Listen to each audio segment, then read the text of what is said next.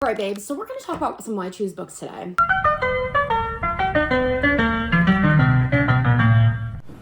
Am I about to have my own cooking show? We need to start here. Let's get a drink flowing. We're about to talk about why choose books while I get my life in order. What should we call the show? If you guys ever had to sip marks, you're going to see a weird side of me. Yeah. Okay, wait, so what are we doing? Why am I asking you? Let's start. This is going to be interesting. All right, babes, so we're going to talk about some Why Choose books today. Well, I just get my life in order. I hope you're not scared of red meat, because we're prepping my dinner. So to start, if you don't know what a Why Choose book is, in many instances, it is one female, many men. I normally say it's anywhere from like 3+ men. They used to be called reverse harem books. We don't use that verbiage anymore because it's hurtful and harmful to different communities, so we call it a Why Choose, because why are we choosing? You got it? We're on the same page? Amazing. Very easy switch. I remember when this first, everyone was like, I think we should change the verbiage we're using to describe these books. And a lot of people were like, it's never gonna stick. I'm like, it's not that hard to intentionally choose your words. Anyways, we're gonna cut this steak up, I think in 2 slices. So this is a list of just some of my favorite Why Choose romances. And I read quite a lot of them because it is my favorite genre. Trope, I suppose. It's funny that I'm playing with meat while I talk about a lot of meat. Oh, God! So let's talk about my all-time favorite one, which is the Harley Quinn Crew series. It starts with Sinner's Playground. Actually, that's not entirely true. The first book in that series is, I forget, there's a novella. I never read the novella when I read the series for the first time. I don't think it's like a must read, because they do a pretty good job of summarizing what took place, but it just tells you about when Rogue got run out of town when she was a kid, and it tells you the backstory of everything a little bit better. So this Why Choose is a childhood best friends to adult enemies to lovers. Essentially, Rogue wakes from this shallow grave she was put in and finds out she's been brought back to Sunset Cove, which is the town she was run out of when she was younger, and the town that all these men still live in. They are now like the head gang members. Let's clean this off. Cool. They now run the gangs in the town, now that they're like all adults and older. There's 4 men. 3 of them are in the town. One of them is actually running a rival gang to those guys. There is sword crossing in this, which if you're like, what sword crossing? It's like when 2 guys' swords cross. You understand what I'm saying? It's when it's not just romantic interests between the female main character, but also the male main characters have it too. So that's for you to figure out in book 5. I think it comes to light, and it's one of the craziest scenes I've ever read in a book. This is a horrible idea. Why did I think this would be a good idea for a YouTube video? Whatever. Have I talked enough about this series? Anyways, the guys' names are JJ, Chase, Fox, and Maverick, Rick. Into the mouth. Nice. The end of book 1 has one of the craziest scenes I've witnessed in a book I never saw coming. I don't know if any of you have read it and saw it coming, but I surely did not. And it will grip you and have you absolutely reeling. It is pretty traumatic. It is a dark romance. Check the triggers for yourself, but it is like my comfort read. I don't know what that says about me. I'm gonna let this sit to the side and rest for a little bit. Rest. So I want to prep the stuff that I blend up and put in my rice. The next book we're going to talk about, or series, is The Ruthless Boys of the Zodiac. Coincidentally, it's by the same authors. Not a coincidence. They write some of my absolute favorite Why Chooses of all time. So The Ruthless Boys premise is it's an academy setting. It does go along with like the Zodiac Academy series. If you technically want to read this in the right order, I would say read Zodiac Academy 1 through either 3 or 4, and then jump over and do The Ruthless Boys. The reason why is in Zodiac Academy, the female main characters are just getting introduced to the world of Solaria. So you're learning the world building with the main characters, which is pretty nice. Makes it more digestible. Our FMC Elise comes to the academy because her brother has been killed, right? Horrible, horrible. So she comes here looking for who did the deed, who did the dirty deed. And there's these 4 dudes that kind of run the academy. They call them the kings of the academy that she has as her main suspects. Wouldn't you know it, these also happen to be the men she falls for. So there's also like 2 gangs in this series, and 2 of the like guys that run those opposing gangs are in the Why Choose as well. And this actually has my favorite MMC of all time, Ryder Draconis.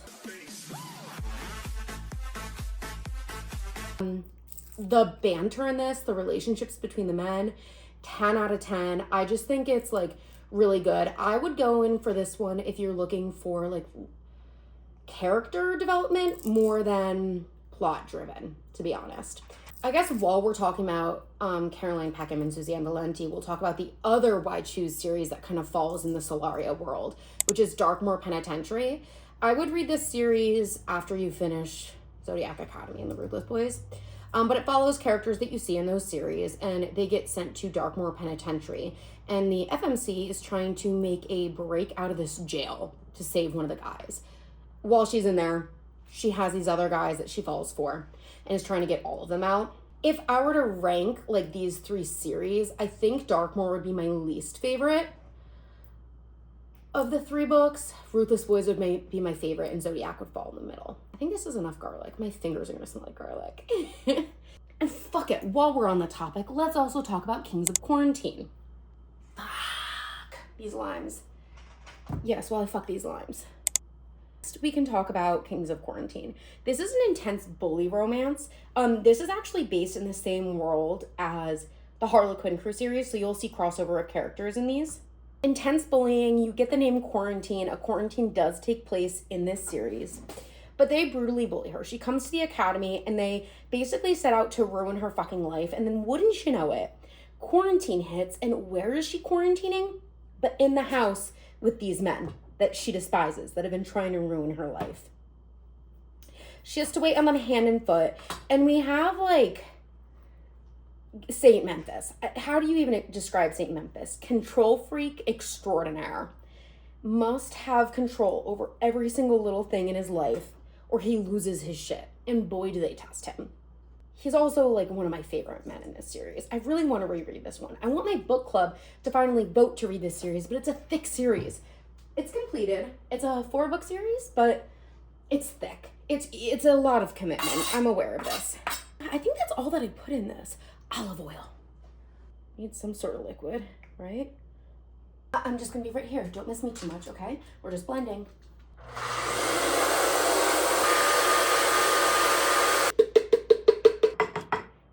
Gorgeous. Now let's make some ginger dressing. We've covered all the Why Choose books now by Caroline Peckham and Suzanne Valenti. I am making a proper mess. Next book I want to talk to you guys about, The Never King. Okay, so this is like a Peter Pan retelling, yeah? Her name is not Wendy, though.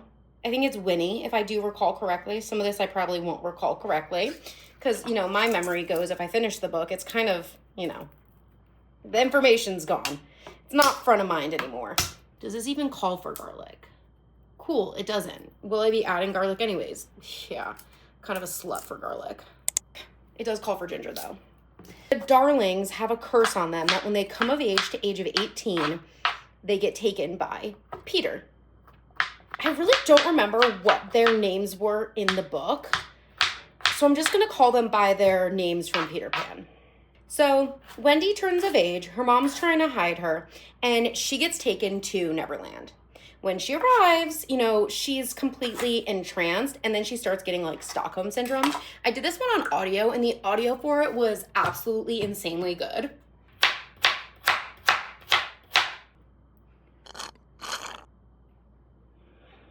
So she's now getting gangbanged pretty much by Peter and the Lost Boys, being shared by the whole lot of them. She's getting Stockholm Syndrome. This girl's like kind of low-key getting out of her mind. And they're trying to basically discover like the curse and get the shadow back and all that shit. This looks like enough onion. Sure. I forget how many books there are in this series, but it's great. And like I said, if you like a audiobook, that's the way I would actually go with this one. I find interesting. Can't like multitask well. Next, let's talk about Lilac. This is a standalone why choose, and it's band setting. So like I kind of like to pretend it's One Direction and I am the FMC. So essentially what happens is this is like one of the most famous bands in the world, and something happens to one of their band members, so they need to replace them. So they believe the new band member is going to be a dude. Guess what?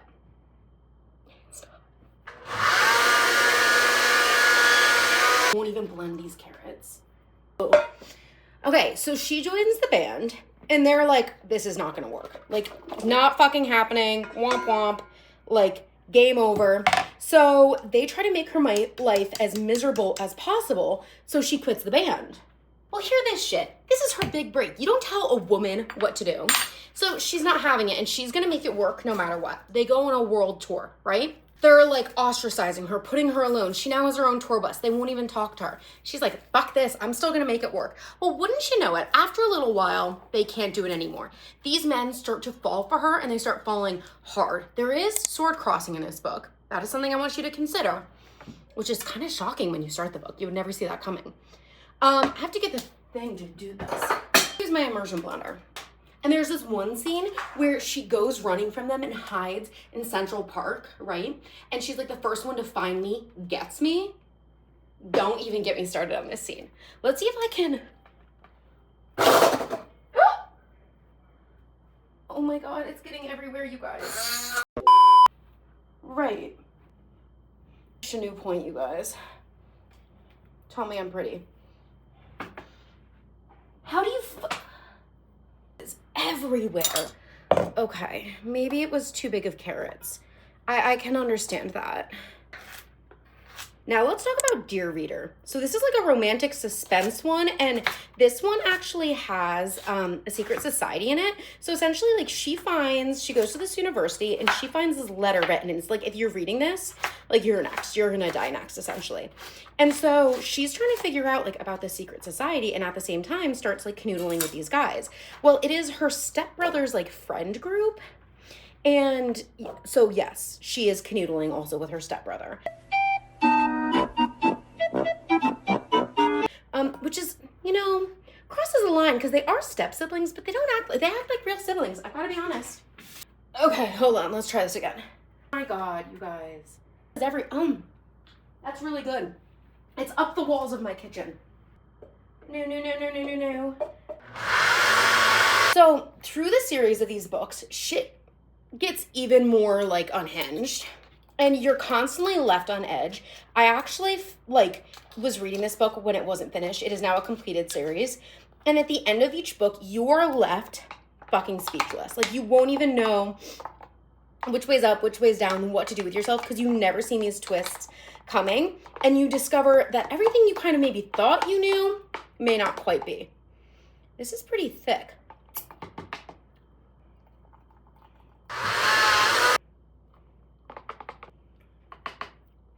Holy shit. Hey, that's pretty good. That was worth the crisis I had. Just needs to be kept cold. This with some iceberg lettuce, are you joking? That's liquid gold. All right. I've made such a mess. Let's quickly clean this up, and then we're gonna continue talking because I'm gonna make banana nut muffins.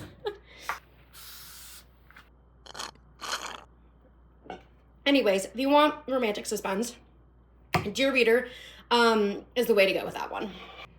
We got bananas. All right, so after Dear Reader, I want to talk about the Cursed Legacies series. So Cursed Legacy series is a fantasy why choose in an academy setting. The first book in this is Blood Oath. Ironically, it's actually the book our book club is reading right now. In this book, our female main character attends this university for an ulterior motive. She's clearly up to no fucking good. The fun thing about this one is you get assigned mated groups. Not everyone does, but some people do if you're lucky. And she is the center, of their mated group. And they happen to be the most powerful men at the university. We have a dragon shifter, a professor, a guy that's very skilled with like alchemy, and one that's basically like a walking dream catcher and eats your nightmares. You can't make this up. I need 2 cups of... I am fucking fed up because there was... I don't even know where the recommendation stopped. I made banana nut muffins with you guys. This is why I can't do YouTube. Here on the screen are the other books I talked about that got cut off.